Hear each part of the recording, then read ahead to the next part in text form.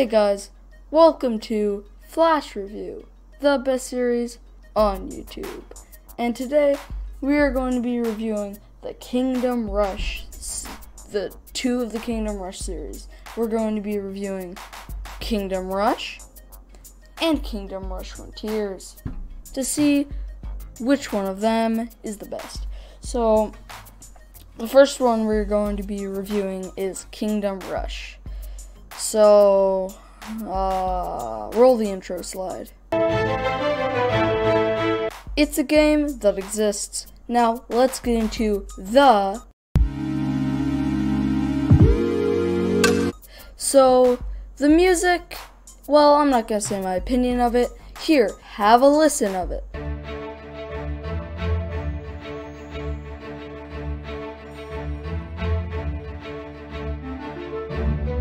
Pretty good, huh? Well, at least for a Flash game. So, the final score for the music is going to get a 2 out of 2. Now, let's get into the graphics for this game are actually really pretty good. In general. Kind of. A little bit. Sort of. Maybe. Sometimes. You know what I'm saying? No, but seriously, let's talk about the graphics in more detail. The backgrounds are usually pretty good to look at, and they keep you occupied while the game kind of slows down at some points. The animation quality for most of the characters is just, they kind of slightly move, but it's better than nothing. So, yep. And also, the hitboxes are pretty good as well, even though there aren't too many of them. And I like all the little animations that play. And yeah, overall, it's just a decent art style. When you kill people, it actually plays a death animation. There's a main loading screen that looks pretty good. There's all these achievements that you can get by clicking. Yeah, I enjoy the graphics. As a matter of fact, the graphics get a 4 out of 4.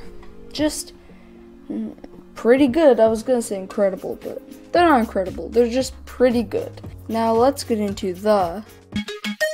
To start off with the absolute basics, you win levels, and then you get points that you can upgrade your stuff and make it a little better with. How you get the points is you play a level, and depending on how many hearts you get at the end of the level, you'll get either 1, 2, or 3 stars. The more stars, the better, obviously. But how do you not lose hearts? You might be saying to me right now. Well, it's actually a pretty simple reason. You see, every enemy that gets past your defenses counts as 1 heart. Except for the enemies that count as more than that, but there's not too many of those, so you shouldn't have to worry about it too much. And you have 20 hearts. But you might be thinking, how do you defend the guys from getting into the place? How do you do that? Well, you build towers, which there's 4 different types, and each one of them provides a different skill. You've got the Knightsmen, which are 3 guys that will appear that can block 3 enemies at a time, depending on, if they die or not, because they do have health. They will do damage, but you use them usually at your place you're trying to defend. You've got the arrows, which shoot pretty fast, but do not that much damage, but are also pretty long range. You've got the bombs, which are pretty short range, do a lot of damage, and they hit multiple targets, but they shoot really, really slowly. So I wouldn't recommend getting too many bombs, if you know what I'm saying. but I like slow combat. I like slow. I like it when it's slow. Shut the fuck up. That's what I have to say to you. If you think that, then you suck. As far as the enemies go, there's a few categories of enemies. There's the weak enemies. They're basically just enemies you can kill really fast. They don't pose much of a threat if there's only a few of them. There's the really strong enemies that you have to put in a lot of effort to kill, and that will usually take 3 hearts instead of just 1 when they get past you. There's the people in the middle, they're like pretty strong, but not too strong, but still kind of annoying, right? Like the healer as an example. And then there's just miscellaneous, you know, a bunch of people that are like, oh, these guys can shoot arrows or whatever, you know, whatever. I don't have enough time to discuss all of them. But if you don't discuss all of them, how will I know how to play the game correctly? You just get better at the game just by playing it. But you play the game, and then you get better at the game because you play it, and then you get better at the game when you play it. You get better at it when you play the game. It's a really good game. I really like this game. There's also 2 other abilities. One of them is just summoning 2 guys, but the other one is meteorites. I'd recommend getting the lava perk on it. It really helps killing a bunch of guys in a row. After you beat a stage, you can optionally grind for more things by completing one or both of the 2 additional challenges. You can also save up 15 stars to buy a character. I'd recommend not doing this because then all your stuff's gonna be shit and all you have is one shitty character. It's not that good. Just don't do it. Just trust me, guys. You can also reset all of your stats, so your choices aren't permanent. So you could say, oh, this stage, I'm only going to use arrows. I'll put everything into arrows. But this stage, I'm not going to use any. I'll put all my stuff into other things, right? It really, it's just useful, you know? It's kind of fun. The achievements don't do anything, which is kind of sad, but what are you going to do? That's pretty much all I have to say about the gameplay. This is Exploding Sheeps. Anyways, the gameplay gets a 3 out of 4, which means if you tally it up, the game gets a 9 out of 10.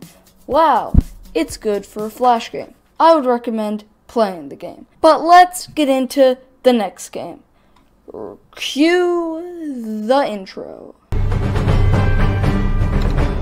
Kingdom Rush Frontiers. You know, I actually have a funny story about this game. I used to play this game a lot, but then I actually broke a computer from getting a virus from playing this game on a not-so-good website.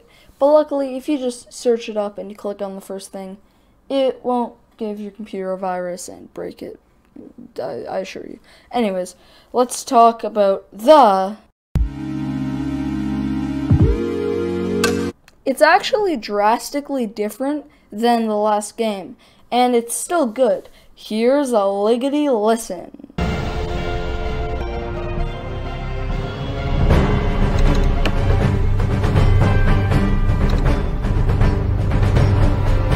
Yeah, pretty good, huh? The music, blubbity blubbity blue, the music gets a 2 out of 2. Let's get into the... Oddly enough, the graphics kind of got a little bit of a downgrade in this game. Like, I'm not saying they're bad, they're just a little worse. They changed how some buildings look, which is, you know, whatever. You're gonna make a sequel to a game, you gotta change some things. But, you know, they're mostly the same. This segment's gonna be pretty short. So, yeah, the graphics will get a 3, sadly, out of 4. Now, let's get into the...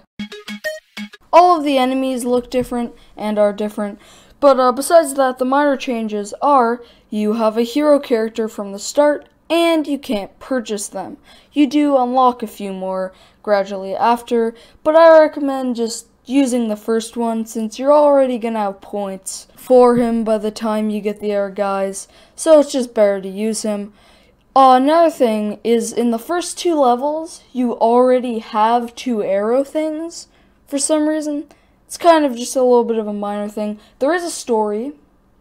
I don't review story, but it exists. It just exists, to be honest.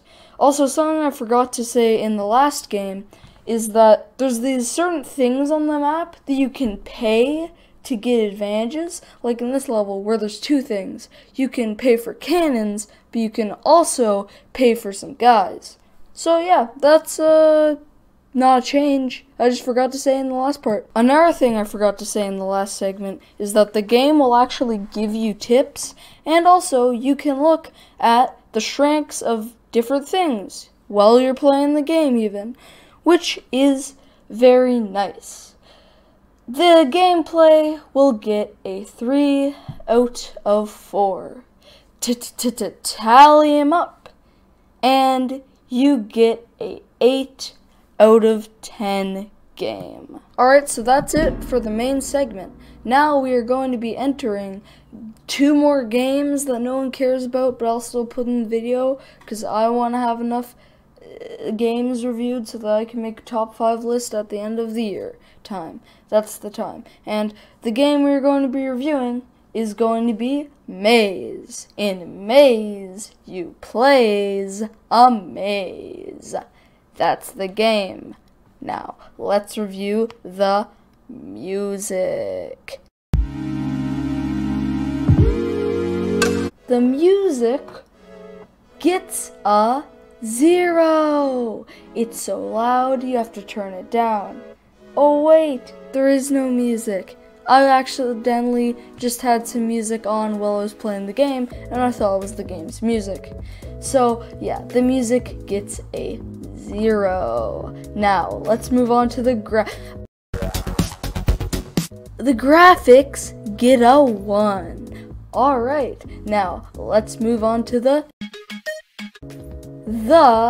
giggity gameplay. You can play on easy, normal, or hard. I gotta go on easy, guys. You might be like, okay, this can play amazing with us. And to that I say, this game is the best game I've ever played. It's got solid gameplay. I mean, look at what you can do. That's mad. The gameplay gets a 1. To tally them up, you get a 2. Alright, now, the next game is called Gunblood. Is a super edgy game where you can shoot people. Let's get into the... There is no music, I believe, so it gets a 0. Now, let's move on to the... They're a bit poorly drawn, the characters, and it's a white background.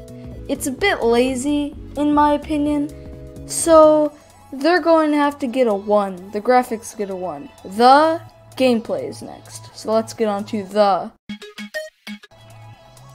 The gameplay isn't that good. It's kind of repetitive, it's kind of sucky, but I guess I'll give it a 2 out of 4 to tally it up, and you get a sad 3 out of 10. You will live on in my dreams. Alright, in our next episode, we are going to be reviewing Space Stroll.